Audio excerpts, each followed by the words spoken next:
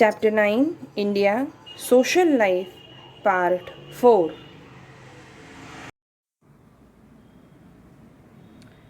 Social life of people of East India. Most of the people of Eastern India live in rural areas. Since the region comprises of mountains, plantation, agriculture is practiced widely. Example, tea. The staple food of the people is rice and fish. But besides that, people also consumes pulses and vegetables. Rasgulla, the famous cheese-based syrup dessert of West Bengal is popular all over the world. People prefer to wear cotton ankle-length clothes as the region faces a tropical monsoon climate. People are usually short in height. Men wear the dhoti kurta while women drape their saris in traditional pattern.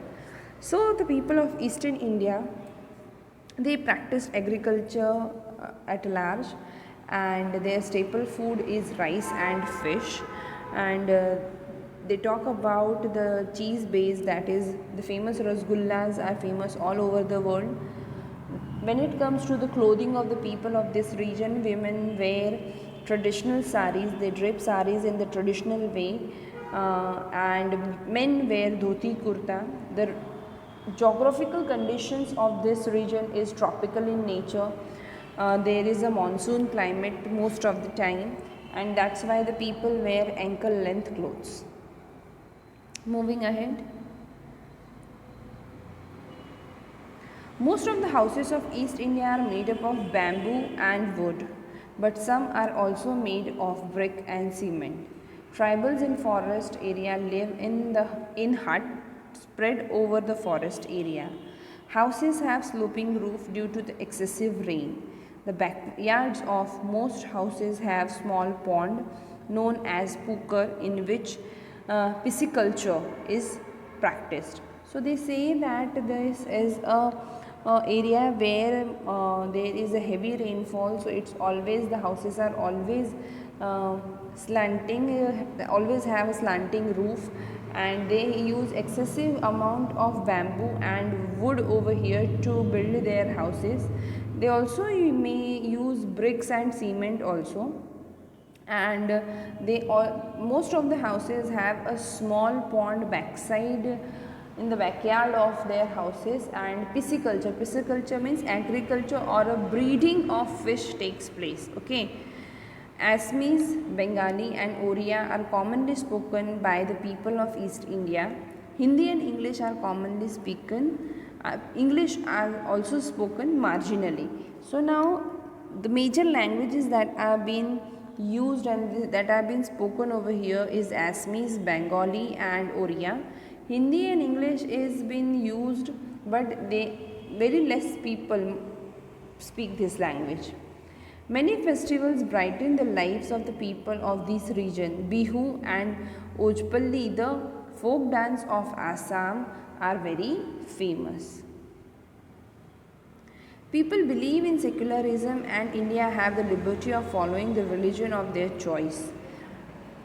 India offers astounding variety in virtually every aspect of social life. Diversity of ethnic, linguistic, religion, economic, religious, class and caste group cross-cut Indian society, which is also permitted with immense urban-rural difference and gender distinction. A variety of language and dialects are spoken here. That now over the end of this chapter, they say that India is a country that believe in secularism. That means the people have a liberty to follow their own religion, and India as a country offers tremendous amount of diversity in terms of regional, economic, religious, linguistic, ethnicity. Everything is so different but beautifully woven in relation to urban and rural differences and gender distinctions. Many languages are spoken, as well as within languages many dialects are also spoken over here. India, being a multicultural and multi-religious society, celebrate holidays and festivals at various religions.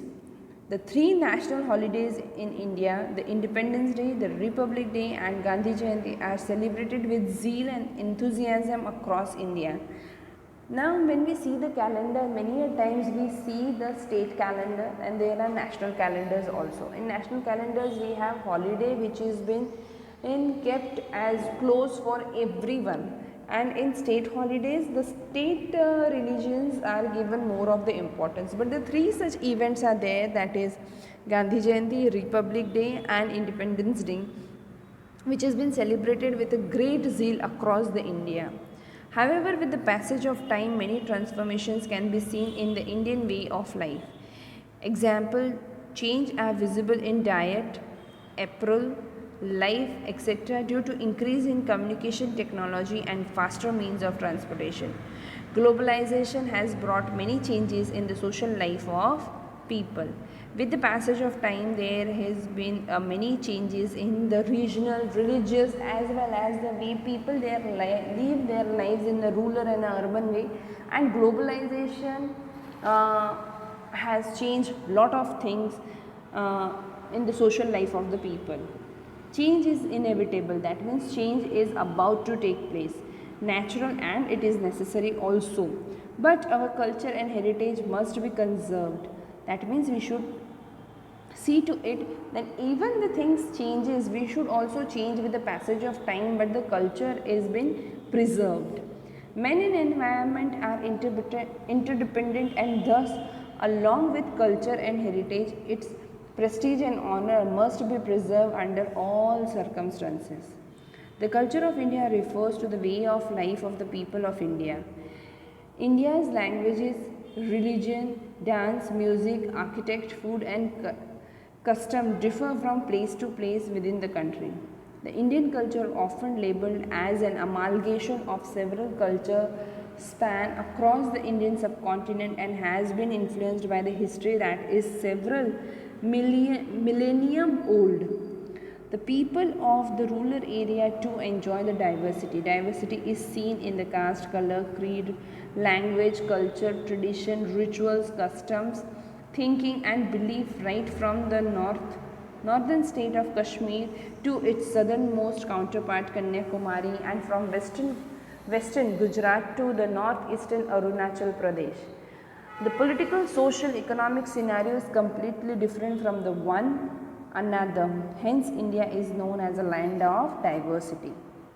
Now, why India is known as a land of diversity? I will explain this paragraph to you in a reverse way. India is known as a land of diversity because if we take from Kashmir to Kanyakumari, from Gujarat to Arunachal Pradesh, there are so much of difference in political, social, economic scenario. Everything is completely different, yet we are all together. People in rural area, they also enjoys this difference in terms of caste, color, language, culture, tradition, rituals, custom, thinking, belief. But there is oneness amongst all, because the most important thing is that as an individual, as a human being, as an Indian, we should always preserve our culture, which is the most important. Indian culture is considered to be an amalgamation. Amalgamation means the combination of various cultures, various beliefs, various rituals, which is commonly seen into every continent and subcontinent, and this difference, this cultural diversity is been influenced based on the history that we have seen earlier. Okay, so over here we complete our chapter, and if any queries and questions you have, we can talk in the interactive session.